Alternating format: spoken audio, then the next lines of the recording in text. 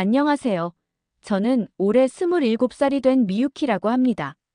제 이야기를 들으시면 사람들이 종종 그건 영화로 만들어도 되겠다라고 하지만 솔직히 저는 다시 돌아보고 싶지 않은 기억이에요.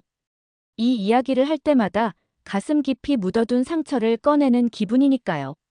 하지만 어쩌면 이렇게 말하는 것 자체가 제가 이제 그 상처와 마주할 준비가 된 건지도 모르겠어요. 제가 16살 되던 해, 제 삶이 송두리째 흔들렸습니다. 그전까지 우리 가족은 평범했어요. 어머니는 다정했고 아버지는 무뚝뚝했지만 가끔씩 농담을 하시기도 했어요. 그런데 어느 날 아침, 어머니는 아무 말도 없이 떠났습니다. 작은 쪽지 하나 남기고요. 미유키야, 엄마가 잠시 떠날게 미안하다. 그게 전부였어요. 정말 그게 다였어요. 쪽지를 들고 멍하니 서 있었던 제 모습을 아직도 잊을 수 없어요. 그날 이후로 제 세상은 완전히 바뀌었어요. 아버지는 처음에는 어머니가 다시 돌아올 거라고 믿으셨어요. 미유키야, 걱정 마. 내 엄마는 잠시 집을 비운 것뿐이야 하지만 시간이 지날수록 아버지의 말투가 달라졌어요. 술병이 식탁에 쌓이고 집안 공기가 점점 무거워지기 시작했죠. 어느 날 아버지가 소리쳤어요. 너 때문이야, 미유키. 내가 더 나은 딸이었으면 내 엄마가 떠나지 않았을 거야. 그 말을 들었을 때 가슴이 찢어지는 것 같았어요. 어머니가 떠난 이유가 제 탓일 리 없다는 걸 알고 있었지만 아버지의 그 말은 제 마음 깊숙이 박혔어요. 아버지는 술에 취해 계신 날이 많아졌습니다. 처음에는 집에 있는 사소한 물건들을 부수는 것으로 시작하셨지만 점점 더 거칠어지셨어요. 어머니가 남긴 물건은 하나둘씩 그의 분노의 대상이 되었고 결국엔 그 화살이 저를 향했어요. 집안일을 하지 않으면, 학교에서 돌아오는 시간이 조금만 늦어지면 아버지는 소리치며 저를 몰아세웠어요. 그때부터 저는 눈치 보는 사람이 됐습니다. 집안일을 완벽하게 해야 아버지의 잔소리를 조금이라도 덜 들을 수 있었고, 아버지가 술을 드시면 방에 들어가 문을 잠그는 게 최선의 방어였습니다. 하지만 그게 항상 통하는 건 아니었어요. 문 밖에서 아버지가 소리 지르는 걸 들으며 이불 속에 숨어 울던 날이 몇 번이나 있었는지 몰라요. 집 밖으로 나가는 건 상상도 못했어요. 아버지는 늘 말했거든요. 세상이 얼마나 더러운 곳인지 알면 내가 나가고 싶다는 생각은 들지도 않을 거야 하지만 정작 세상의 더러운 면을 끌어안고 사는 건 아버지 자신이셨어요. 그 말은 마치 제게 세상을 경계하고 두려워하라는 주문 같았어요. 저는 그 주문에 묶여 있었고 밖으로 나갈 용기도 없었죠. 그런 날들이 반복되면서 제 감정은 점점 무뎌졌습니다. 아버지가 던지는 폭언도, 집안을 휘젓고 다니는 분노도 이젠 그냥 일상이 되었어요. 하지만 가끔씩 그런 생각이 들었어요. 내가 정말 이렇게 계속 살아야 할까? 어머니가 떠난 이유가 정말 나 때문일까? 스스로에게 그런 질문을 던질 때마다 울음이 터졌어요. 어머니가 떠난 그날부터 저는 혼자가 된 기분이었어요. 물론 아버지가 계셨지만 그분은 더 이상 제 편이 아니었거든요. 오히려 저를 원망하고 화풀이하는 대상처럼 느껴졌어요. 저는 점점 더 깊은 방 속으로 숨어 들어갔습니다. 그 방은 아버지의 목소리와 세상의 무게로부터 저를 보호해주는 유일한 장소였어요. 하루하루 힘든 시간을 보내며 몇 년이 지나고 어느 날 밤 아버지가 술에 취해 저를 불렀어요. 미유키야, 여기 와봐. 그의 목소리는 술 냄새로 가득했어요. 저는 무서웠지만 그의 말에 따랐어요. 너도 이제 좀 나가서 돈 벌어야 하지 않겠냐? 그 말은 마치 제게 책임을 떠넘기는 것 같았어요. 내가 벌어서 이 집의 보탬이 좀 돼야지. 그때 저는 처음으로 깨달았어요. 이 집에서는 아무도 나를 보호해주지 않는다는 걸요. 어머니도, 아버지도, 그리고 세상도요. 저는 조용히 고개를 끄덕이고 방으로 들어갔습니다. 하지만 속으로는 울고 있었어요. 이 집에서 도망치고 싶다고, 어디로든 떠나고 싶다고요. 그렇게 저는 처음으로 집 밖으로 나가기로 결심했어요. 집을 떠나기 위한 발걸음이 아니었어요. 그땐 그저 아버지의 분노를 피하고 싶었을 뿐이었어요. 그리고 저는 교토에 있는 작은 다도 카페에서 일자리를 구할 수 있었습니다. 제 인생이 조금씩 변하기 시작한 건 바로 그곳에서였습니다. 처음 카페에 들어섰던 날이 아직도 기억나요. 제 인생에서 세상 밖으로 나가는 첫 발걸음이었으니까요. 카페는 작은 다도 전문점이었고 고풍스럽거나 멋지지는 않았지만 아늑했어요. 무엇보다 그곳은 아버지의 소리와 술 냄새가 닿지 않는 유일한 공간처럼 느껴졌습니다. 처음으로 카페 직원들 앞에 서서 자기소개를 할 때 제 목소리가 얼마나 떨렸는지 몰라요. 안녕하세요, 미유키입니다. 잘 부탁드립니다. 말이 끝나기가 무섭게 얼굴이 화끈거렸어요. 저는 평생 누군가의 시선을 받는 게 익숙하지 않았거든요. 첫날, 사장님은 제가 서빙을 맡아보라고 하셨어요.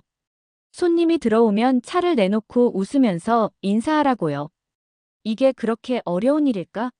라고 생각하면서도 첫 손님이 들어오자 손이 덜덜 떨리고 목소리가 나오질 않았어요. 차를 내놓으면서 뜨거우니 조심하세요라고 말했는데 그조차도 제대로 발음이 안 된 것 같았어요. 그때 한 남자가 다가왔어요. 키가 크고 표정이 밝고 조금은 서투른 일본어를 쓰는 남자였어요. 미유키 씨, 처음 하는데 이 정도면 정말 잘한 거예요. 그는 저를 보고 웃으며 말을 걸었어요. 긴장하지 말고 천천히 하면 돼요. 그의 따뜻한 말 한마디에 저도 모르게 마음이 풀어졌어요. 그 사람이 바로 윤재였어요. 윤재는 한국에서 온 유학생이었고, 낮에는 대학에서 건축학을 공부하고, 저녁에는 이 카페에서 아르바이트를 하고 있었어요. 윤재의 밝은 태도와 여유로움은 저와는 전혀 달랐어요. 저는 항상 눈치를 보고 움츠러들어 있었는데, 윤재는 손님들에게 자연스럽게 말을 걸고 농담도 주고받았거든요. 윤재 씨는 언제부터 일본에 있었어요? 제가 용기를 내서 물었을 때 그는 웃으면서 답했어요. 이제 3년 차예요. 일본어 처음 배울 땐 정말 힘들었는데 이젠 많이 익숙해져서 괜찮아요. 그의 말투는 서투르지만 진심이 느껴졌어요. 윤재는 틈틈이 한국 이야기를 들려줬어요. 한국에서는 가족끼리 정말 많이 뭉쳐요. 힘든 일이 있으면 서로 도와주고 의지하죠. 저희 부모님도 제가 유학 온 걸 자랑스러워 하시면서도 가끔 보고 싶어서 울기도 하세요. 그 말을 들었을 때 저는 머릿속으로 상상해 봤어요. 부모가 자식을 보고 싶어 눈물을 흘리는 모습이 어떤 느낌일지요. 제 아버지는 제가 없는 걸 더 좋아하지 않을까 하는 생각이 스쳤지만 입 밖으로는 꺼내지 않았어요. 대신 웃으며 물었어요. 부모님이 정말 많이 그리워하시겠네요. 윤재는 고개를 끄덕이며 말했어요. 그렇죠. 하지만 제가 여기서 열심히 사는 모습을 보여드리는 게 부모님께는 제일 큰 선물이니까요. 그가 말하는 부모님 이야기는 저에게 신선한 충격이었어요. 제게는 부모란 갈등과 억압의 대상이었는데 윤재는 부모님과의 관계에서 사랑과 지지를 느낀다고 했으니까요. 며칠 뒤 제가 카페에서 서빙을 하다 실수를 했을 때 윤재는 또 저를 위로해줬어요. 제가 차를 들고 가다가 그만 손님 테이블 위로 잔을 엎질렀거든요. 너무 당황해서 머리가 하얘졌어요. 죄송합니다. 정말 죄송합니다. 눈물이 핑 돌았죠. 그때 윤재가 와서 함께 정리를 도와주고 조용히 제 어깨를 두드리며 말했어요. 미유키 씨, 괜찮아요. 누구나 실수할 수 있어요. 중요한 건 다음에 더 잘하면 되죠. 그의 말투는 단호하기보다는 따뜻했고 저를 비난하는 기색은 전혀 없었어요. 손님들도 그의 사과에 금세 기분을 풀었어요. 그날 밤 집으로 돌아가는 길에 저는 윤재의 말을 계속 곱씹었어요. 다음에 더 잘하면 된다는 말이 그렇게 크게 와닿은 건 처음이었어요. 제 삶은 한 번의 실수로 끝나는 게 아니라고 말해주는 사람은 그가 처음이었거든요. 윤재와 대화를 나누다 보면 그가 정말 자유롭고 긍정적인 사람이라는 걸 느낄 수 있었어요. 그는 카페에서 바쁘게 일하고 공부도 하느라 피곤할 법한데도 항상 밝게 웃었어요. 어느 날 제가 물었어요. 윤재 씨, 이렇게 힘들게 사는데도 왜 항상 웃고 다니는 거예요? 그는 어깨를 으쓱하며 대답했어요. 어렵다고 인상 쓰면 더 힘들어지잖아요. 그냥 즐기려고 해요. 그리고 한국에서는 가족들이나 친구들끼리 서로 의지하고 도우면 힘든 것도 괜찮아진다고 배웠거든요. 그 말을 듣고 저는 잠시 말을 잃었어요. 의지한다는 말이 저에겐 너무 낯선 단어였거든요. 저는 누구와도 의지하거나 도움을 주고받는 관계를 가져본 적이 없었으니까요. 윤재는 저에게 점점 특별한 사람이 되어갔어요. 그는 단순한 동료가 아니었어요. 그와 대화를 나눌 때마다 제 삶이 조금씩 밝아지고 있다는 걸 느꼈어요. 하지만 동시에 저는 열등감을 느꼈어요. 윤재는 자신만의 삶을 만들어가는 반면 저는 여전히 아버지의 그늘 아래 있었으니까요. 저는 윤재와 대화할 때의 따뜻함과 집에 돌아왔을 때의 차가운 공기를 비교하며 괴로워했습니다. 윤재는 제게 빛 같은 존재였지만 제 현실은 여전히 어두운 방에 갇혀 있었습니다. 그럼에도 불구하고 저는 카페에 나가는 게 즐거웠습니다.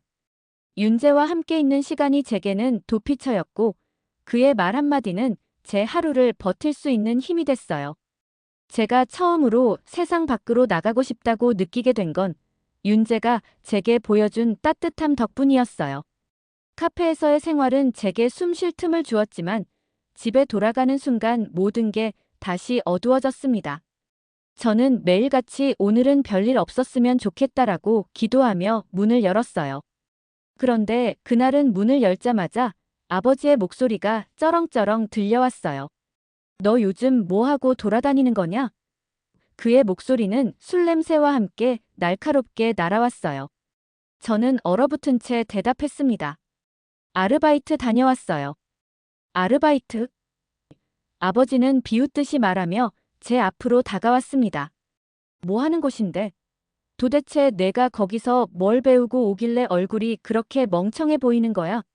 저는 순간 심장이 쿵 내려앉았어요. 아버지는 이미 뭔가를 알고 있는 것 같았어요. 그냥 카페예요. 차 파는 곳이에요. 최대한 침착하게 대답하려고 했지만 제 목소리는 떨리고 있었어요. 그런데 갑자기 아버지가 소리쳤어요. 그 카페에서 한국 남자랑 친하게 지낸다며. 그의 말에 저는 완전히 굳어버렸습니다. 어떻게 알았는지 알 수 없었어요. 아마도 동네 사람들 중 한 명이 아버지에게 그 사실을 말했겠죠. 내가 일본 남자도 아니고 외국 놈이랑 어울리겠다고. 그것도 한국 놈이랑. 아버지의 말은 가시처럼 날아와 꽂혔습니다. 그의 표정은 분노로 일그러져 있었고 그 안에는 어딘가에서 비롯된 편견이 뚜렷이 드러나 있었습니다. 아니에요. 그런 게 아니에요. 저는 최대한 차분하게 설명하려 했지만 아버지는 제 말을 들으려 하지 않았어요.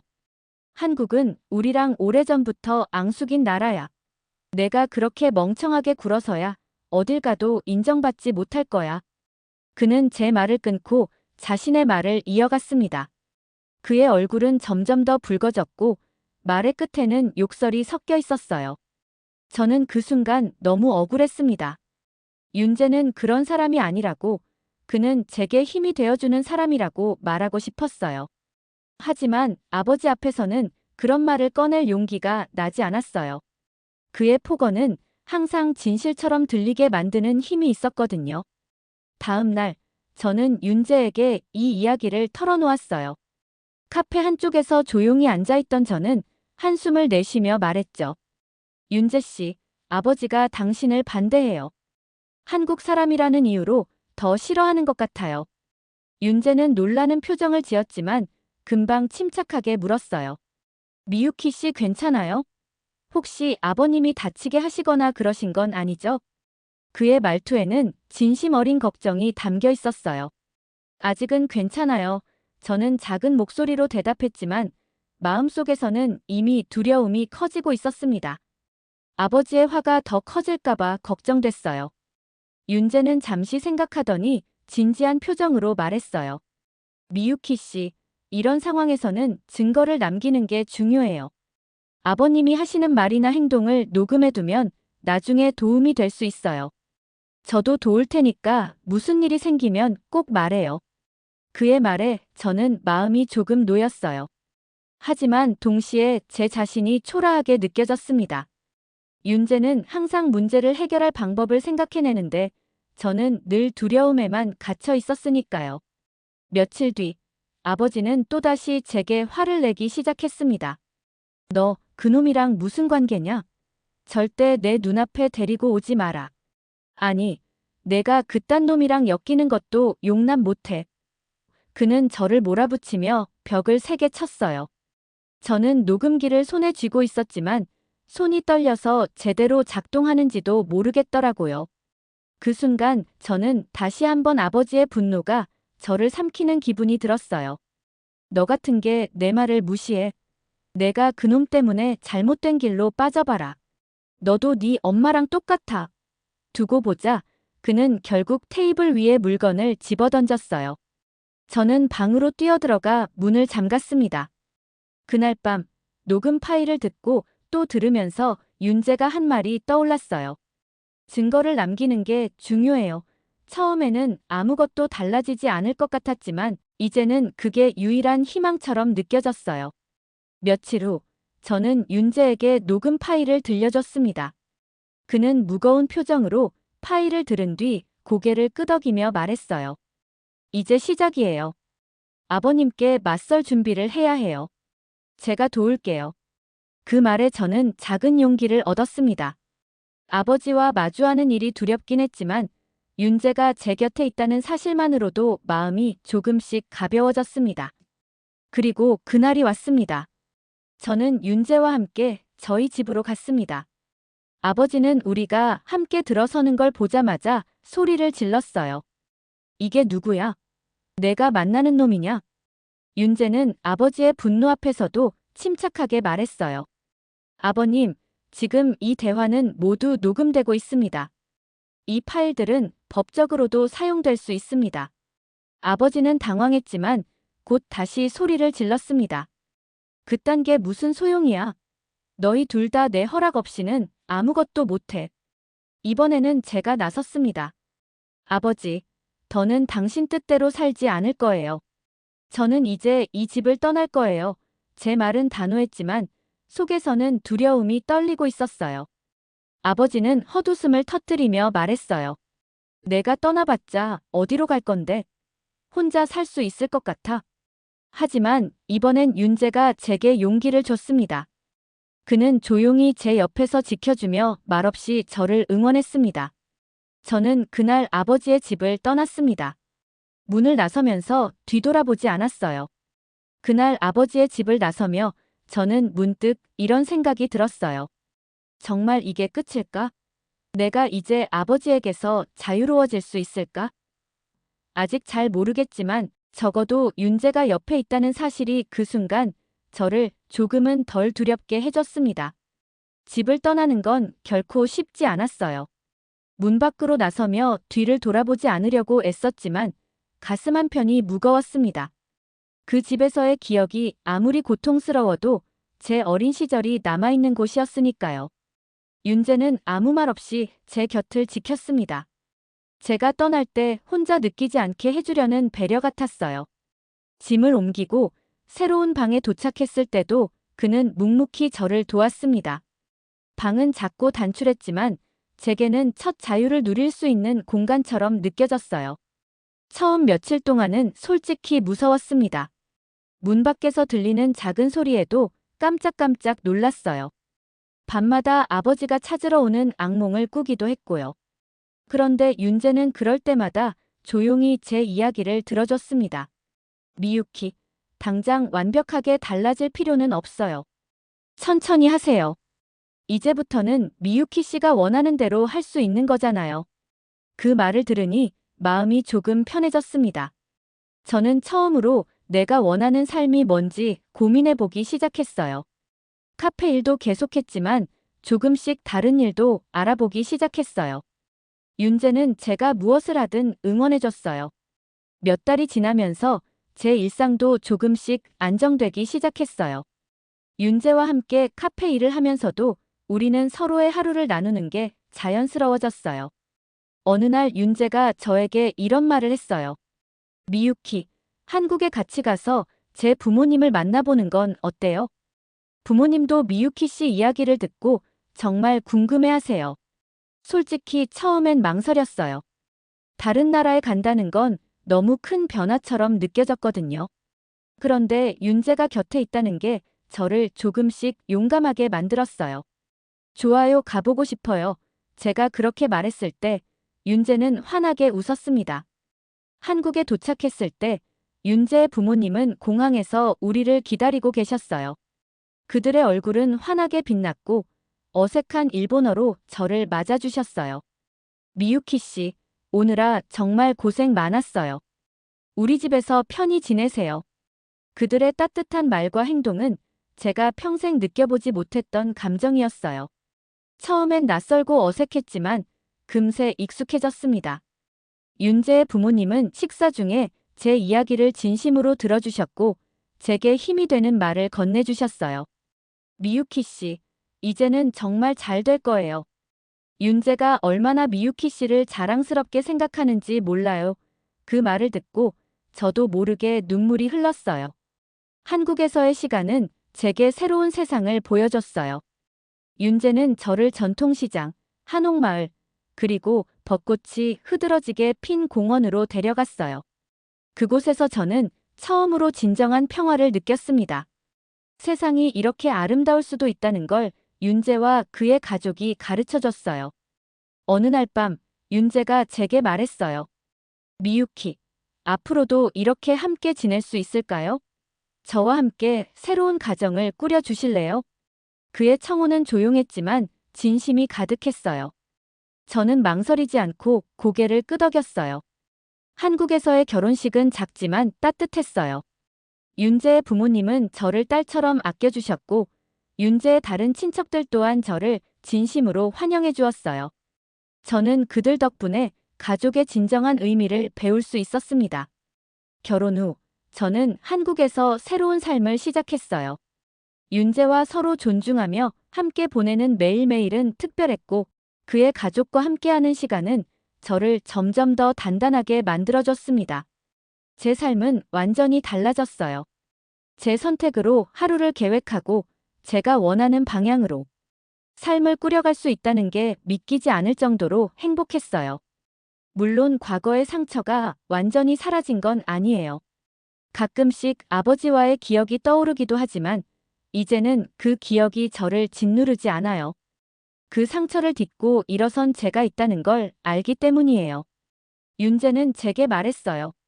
미유키, 우리가 함께라면 뭐든 할 수 있어요. 이제는 두려워하지 않아도 돼요. 그의 말은 제게 항상 용기를 줍니다. 지금 저는 한국에서 새로운 삶을 살아가고 있어요. 윤재와 함께 보내는 시간은 소중하고 그의 부모님과 함께하는 시간은 저를 웃게 만듭니다. 만약 윤재를 만나지 않았다면 저는 아직도 어둡고 닫힌 방에 갇혀 있었겠죠. 하지만 이제 저는 진정으로 자유롭고 행복합니다. 오늘의 이야기는 여기까지입니다. 오늘의 사연이 마음에 드셨다면 구독과 좋아요 부탁드리겠습니다. 구독과 좋아요는 영상 제작에 큰 힘이 됩니다. 끝까지 들어주셔서 감사합니다. 더 좋은 사연으로 여러분을 찾아오겠습니다. 감사합니다.